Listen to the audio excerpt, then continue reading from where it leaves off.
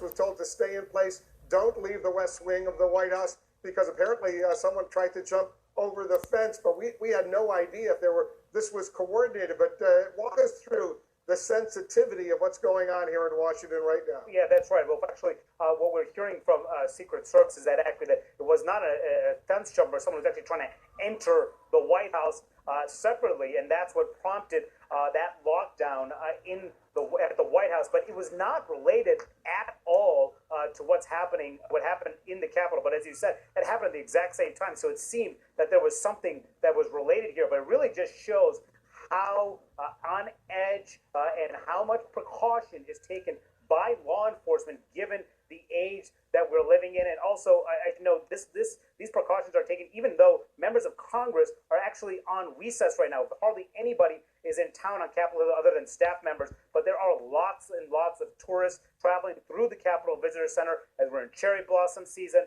And at the White House, and the Easter egg roll hunt was taking place today, a big day for tourists, which is one reason why you're seeing such an aggressive police presence as soon as any concern, including the suspect, the shooting that happened in the Capitol, but also this person who tried to enter the White House. Yeah, it's frightening, especially I'm sure for all those thousands, tens of thousands of tourists who are here in the nation's capital right now. Manu, stand by, joining us now in the Situation Room, our senior law enforcement analyst, the former FBI Assistant Director Tom Fuentes, CNN law enforcement analyst Art Roderick, he's the former Assistant Director of the U.S. Marshal's Office, and our chief political correspondent, Dana Bash, who's covered Capitol Hill for many years.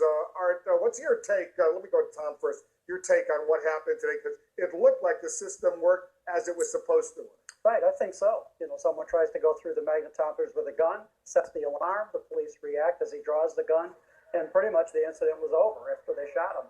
So we don't know what his condition is or who the person is or whether this is a lone nut that frequently comes to the Capitol and causes problems. We'll learn that in the hours and possibly day ahead. But I think so far it's a pretty, almost a routine situation that somebody comes through there and all the mechanisms that are designed to stop someone with a gun from getting in the Capitol work. But they still have to go through all the motions. That's why there's this massive lockdown. The lockdown didn't just take place in the main Capitol Hill building, but it took place in all the office buildings on the House side and the Senate side. They want to make sure that this particular incident isn't a cover for something that potentially could be worse.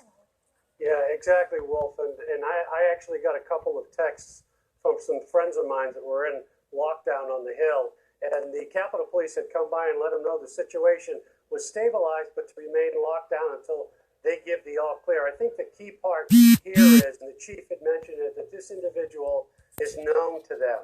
And anybody that's done law enforcement security, work personal protection details, unfortunately you have individuals out there that are known to create disturbances or create these types of incidences, so they are known. And that leads me to believe that probably what we have here is just a criminal act done by a psychologically unstable individual. But you don't know that until you obviously investigate that. Dana, what are you hearing from your sources, because you're well plugged in up there, about this individual who is obviously in the hospital right now? Well, as you heard, the police chief didn't want to say much about this suspect, but apparently the reason why the suspect is known to the police is because he was involved in an incident back in October of last year, so October of 2015, where he was involved in a disruption really in the House chamber, and during that he assaulted a police officer. So that'll certainly get you noticed by the Capitol Police and get you on a list of somebody to look out for. So that is likely why they knew who this individual was so quickly. I should say that is reporting that comes to us by way of our colleague Peter Morris. The other thing that I just want to add to what we heard at the top of the show about that you asked the question, Wolf, about what kind of gun was it and was it loaded? The one thing that the police chief did say is that they have the gun, which probably shouldn't be surprising, but you never know in these incidents, but they do have it. So we might not know the answers to those questions, but they certainly do. Dana, we're just getting word, according to two law enforcement officials, the suspect in custody now is an individual named Larry Russell Dawson, and as you point out, he was pretty well known to Capitol Hill Police because of other incidents in the past. Is that right? That's exactly right. Now, I guess as you're saying, we probably got that information as I was speaking. We can use the man's name, but that's exactly right. He was known to the Capitol Police. But, you know, I just want to underscore, especially as somebody who, as you mentioned, for years, I would walk and have walked through the doors of the Capitol. Not through the visitor center because I have a press pass, but I've watched the whole security operation change so much. Not just since 1998 when 2 police officers were shot and killed at the Capitol door, but more importantly, since 2001, the panel was talking about the shelter-in-place concept.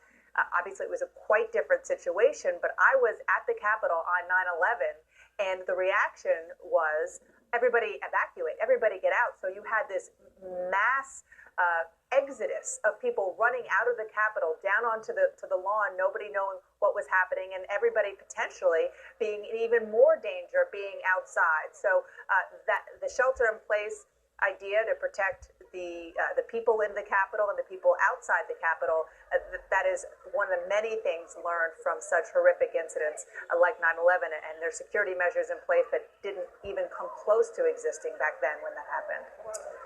Quickly, Dan, I just want to point out to our viewers, the suspect now in custody is an individual named Larry Russell Dawson, 66 years old, from Tennessee.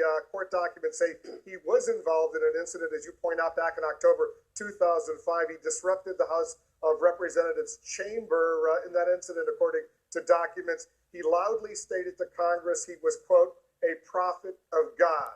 So clearly there's an issue there with this individual's mental status, if you will.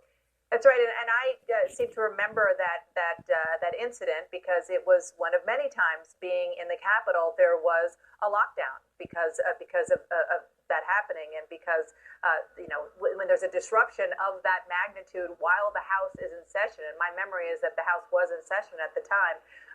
Everybody stops and the security measures go into place. So that is why he was known to law enforcement. But I also just want to underscore the idea that everything did work.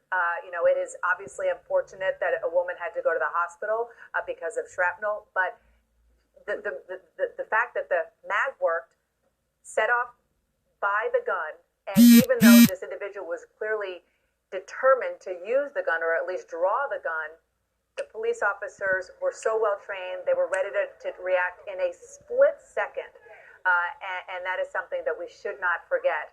It is so important and should be commended over and over again in a situation like this where everybody wants and relies on buildings like the U.S. Capitol that really represent, not to get too corny, but represent freedom to continue to be so and to feel like they could be protected when they go into them.